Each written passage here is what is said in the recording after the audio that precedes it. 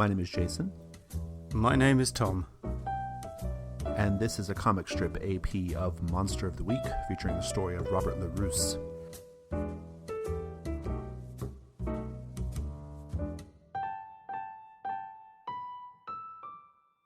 And when we last saw Robert, he and Anastasia had infiltrated a regatta and encountered Constanza DeLuca, the headmistress of the Lombardi school, disguised as an ambassador from the Soviet Union, and had convinced Signora DeLuca to give him a tour of the Lombardi school in the hopes of getting his daughter Natalia admitted.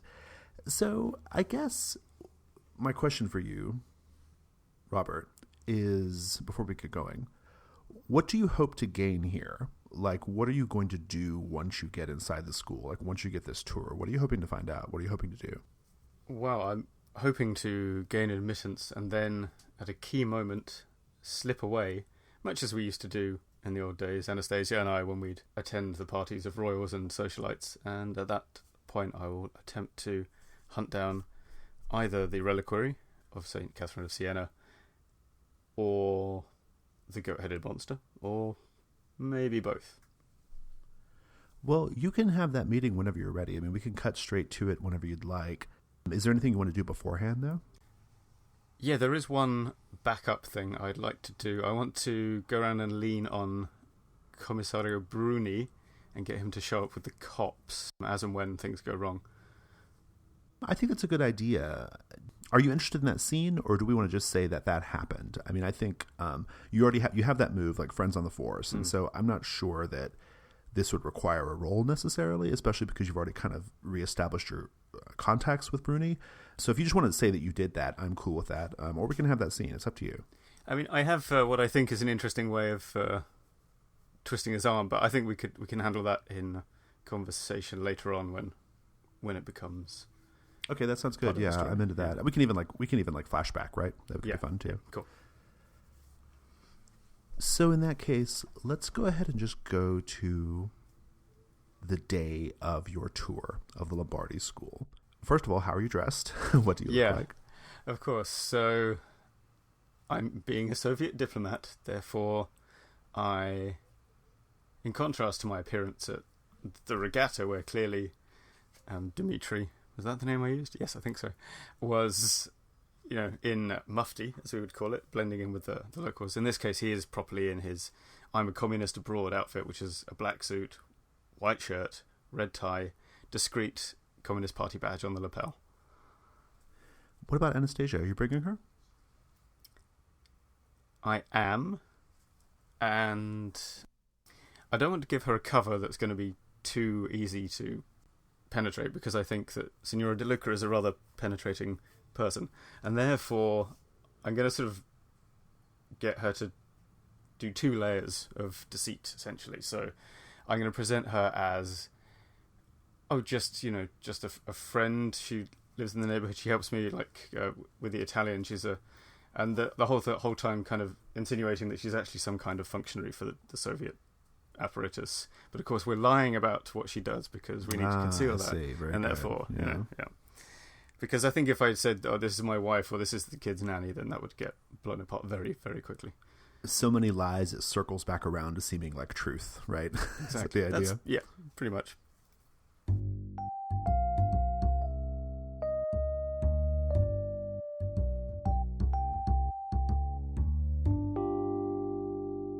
You arrive at the Lombardi school under significantly different circumstances than the first time you went inside. It's the middle of the day. You enter into the sort of main entry hall where there are a number of glass cases displaying prizes and trophies and things that girls from the school have won for the school. Tapestries, ancient tapestries hanging on the walls depicting various scenes from Italian history, and beautiful marble tile, sort of mod, really. Like this is a new addition, right? Like very, very geometric, very angular, right? There are young women crossing, back and forth. It seems like they're maybe in the middle of classes right now. You see Signora DeLuca. She comes down the stairs from the second floor to greet you.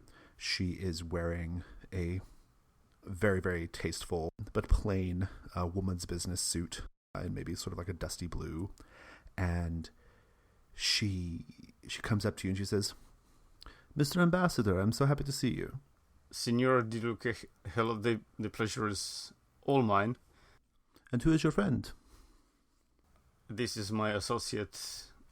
Hold on, do I need a cover name for her? No. "This is my associate Anastasia." "Ah, very good. It's very nice to meet you. Well, give me just one moment and we'll begin our tour." And she goes and she begins like yelling at some girls they look like they're maybe like loitering in the hall, right? She goes and kind of gives them what for. While that's happening, you hear someone go, "Psst, psst, Pierre, Pierre." I turned... Wait, what's her name again? You were calling her Cynthia, but... That's it, yeah. I turn around to face Cynthia. I say, who is this man, Pierre, who you were speaking about? She looks at you and she walks up close enough to where she doesn't have to like yell across the way, right? And she goes, "Pierre, don't try to pull one over on me." And then she gives a really like hard, ugly look to Anastasia. And Anastasia kind of like, shrugs and rolls her eyes. And she says, "So I guess you two are better acquainted than I originally thought." Listen. "Do you know she kidnapped me at gunpoint?" Maybe we can talk about this other time. Yes, I am on a school tour right now. She says, "Come find me as soon as you can. I found something really interesting, and I think you're going to want to take a look at it, okay?" I reply loudly enough that this doesn't seem to be a private or secret conversation. I am sorry, little girl. I do not work here. I'm visiting, actually. Sorry. And she just, she kind of steps away backwards, like kind of giving you a wink. Yeah, I nod back, yeah. Right, yeah. And then she kind of goes off to her class. And she even, like, kind of indicates, like, she kind of points down a hall, like, down and to the left. Like, that's the classroom she's going to be in case you want to come find her, so. Constanza comes back, and she says, "Well, where shall we begin? How about the girls' common room? That sounds fine. Please lead on, Signora." And she takes you through, and as she's walking you through the halls, she's pointing out, "Oh, this painting was a gift from, Duke such and such from wherever, and this carpet was a gift from the lady, whatever her name is, from such and such place." Like, you're not really paying attention, right? It's just like... Well, no, also I have to attempt to be stolidly communist and unimpressed by all this kind of stuff. So, I know, right? Yeah, exactly. Exactly.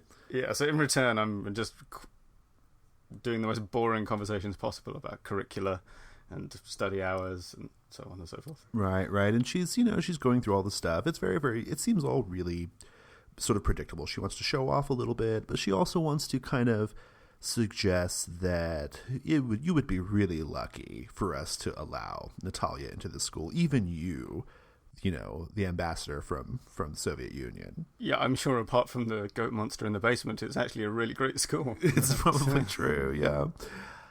At a certain point, she kind of like cuts a left, and the three of you go down into a hall that seems remarkably empty, I guess, considering there were like kind of young women, here and there all over for most of the better part of the afternoon, or at least for the 20 or 30 minutes you've been there.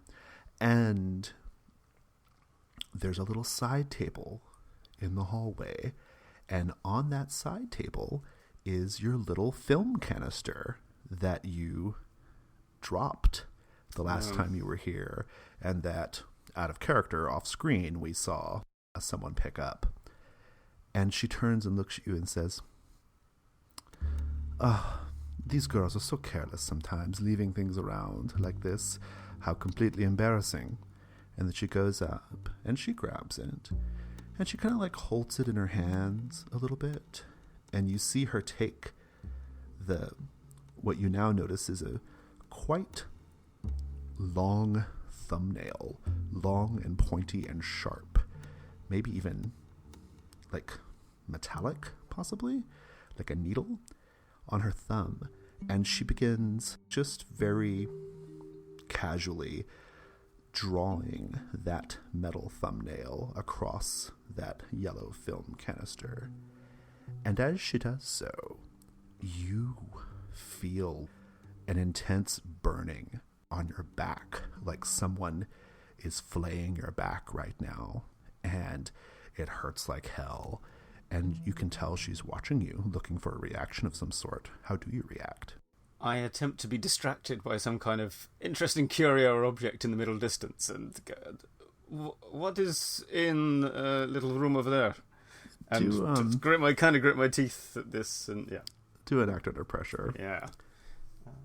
That is 7. You are going to succeed in sort of stepping away, like, you are distracted by something, and presumably keeping it together well enough not to like cry out in pain, right? I assume you're also trying to do that. It's going to hurt like hell, though. I think you take like 2 harm. Like, whatever it is, it fucking hurts, and it's for real. Like, it feels like someone is like slashing up your back. And Anastasia goes, Robert, I mean, Mr. Ambassador, are you all right? Yes, I'm fine, of course. And then I lean a little closer and whisper, I think we may have gotten a little over our heads here. And she's like, what makes you think that? And Signora DeLuca says, shall we continue the tour? And she continues down the hall.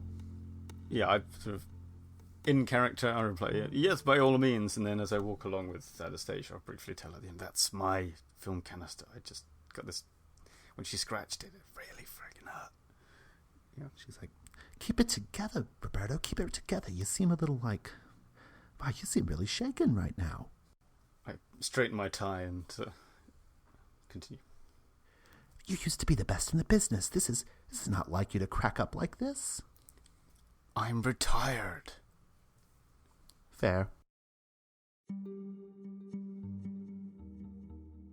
The tour continues. Do you want to take that moment to like find your way out of here, to kind of slip away from her, or what? Yeah, I think Anastasia can keep Signora DeLuca occupied if I can find the opportune moment to slip away. So yeah. Just give me the fiction on that. I'll let it happen. Signora DeLuca, she kind of did her little test, and so maybe she thinks that you're on the up and up. I think that when we are in the large and well-appointed library, that's a good time to get a bit lost in the stacks, Indeed. Something catches my eye one way, I wander off a bit. Anastasia is with Signora DeLuca, talking 19 to the dozen, and they just keep going and they don't notice they've left me behind. So where do you go? I was going to head for the reliquary, but there is Cynthia, so I guess I could slope along. But I need to get out of my Soviet Union disguise to some degree, so I'm going to take off my tie and my Communist Party pin, and in fact no, I think I'll need to lose the whole jacket and just roll up my sleeves so I appear to be a workman who's perhaps, I don't know, refitting something in the piping. nice, yeah, and I'll just kind of blithely stroll along looking like I'm where I'm supposed to be and see if I can spot Cynthia at that classroom. You do. I mean, you can tell that it's about maybe 3 or 4 minutes to the hour. They're probably getting ready to let out classes. And if you wait around long enough, there's a bell. And are you just going to grab Cynthia first chance you get? Pretty much, but just through the means of eye contact and jerky head motions to somewhere out of sight. All right, so I've got something I got to show you. Okay. Come with me up to my room. I follow her up to her room. As you're going, I can't believe you'd work with someone like that woman. I mean, she's completely ridiculous. Did you know she thought she was going to hold me for ransom or something? She thought that we were being groomed to like be married to steel magnets or something. I mean, it's ridiculous. She's completely ridiculous. And why would you let her kidnap me and then not do anything about it? Well, Cynthia, I did do something about it. That's why you're not kidnapped anymore. Her apartment was absolutely disgusting, and there was nothing to eat. Well, that is true. And she's dressed, by the way, just like in a classic schoolgirl uniform, short skirt, argyle vest, that kind of thing. She gets to her room and she says, I have a feeling that something weird is going on in this school. A couple of girls the last few weeks have suddenly taken ill and had to be sent home. And she does quote fingers there, sent home. Something's going on. I don't know what it all means. I don't know what you mean. I don't know what your friend means, but I started to do a little digging. And then she kind of goes over to her desk and she looks around, looks down the hallway one last time, or kind of steps away from her desk, looks out the hallway one more time, makes sure no one's around, closes the door, goes back to her desk, and she says, but I found this. And she pulls out a large tome, for lack of a better word. Okay. A huge book. The cover is branded with letters of some sort of ancient language and an image of something that looks positively satanic, but to you also something that looks positively familiar. It is a monstrous goat head on the cover. And I think that's where we'll leave it. Yep.